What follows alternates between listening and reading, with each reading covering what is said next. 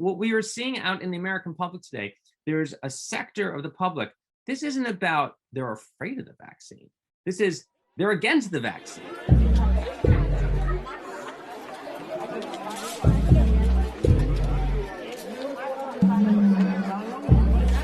Suddenly we hit basically a wall. And what has happened is ever since that point in the spring, we've seen the vaccination rate start to slow down. And we're discovering there are certain groups in the population who are not getting the vaccine. There's an age divide. In general, elderly people, very likely to get the vaccine. I think of all people, they know how vulnerable they are. And of course, we initially really made them a priority. Younger people, less likely to get the vaccine. You know, you're younger, you sort of feel invincible. So there's that going on.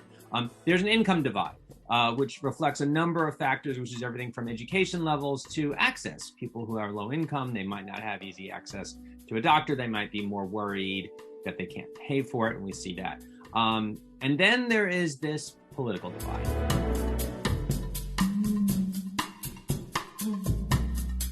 The best defense against these variants is to get vaccinated.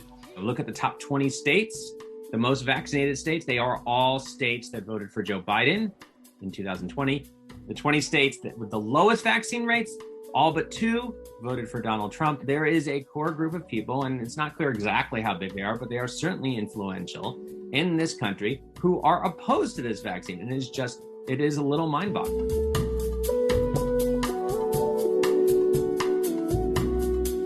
We have seen everything. You know, we've had governors now in places like South Carolina and in Kansas and Missouri saying, we don't want any part of this. We don't want any part of these promotion efforts.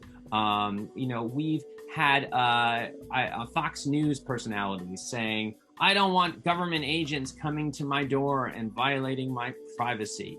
And again, it's really quite remarkable. This goes above and beyond just being skeptical of the pandemic or thinking it's invented, but really turning the sort of normal public health efforts have become a political football. The funny thing about the political divide is that at the very beginning, if you looked at which states were doing really well in vaccines, it really didn't seem to have a very obvious political correlation. West Virginia was way out in front of everybody. South Dakota was doing a really good job. These are very Republican states, obviously. How you feel about the pandemic has become another sort of part of American life that has become a political label. It's how you show your tribal loyalties. We are now seeing in some parts of the right, in some parts of the Republican Party, a sort of almost a campaign against the vaccine. I mean, it's really quite remarkable to see.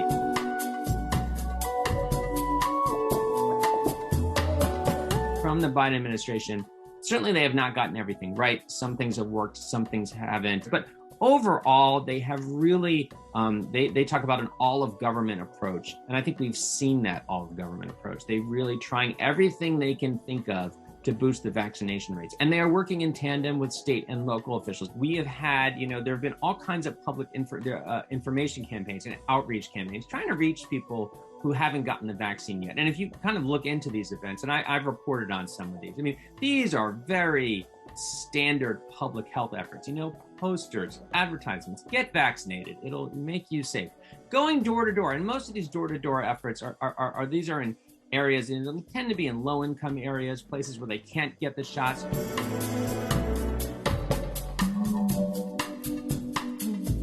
I think we are making progress, and we will make progress. It will take weeks, it will take months.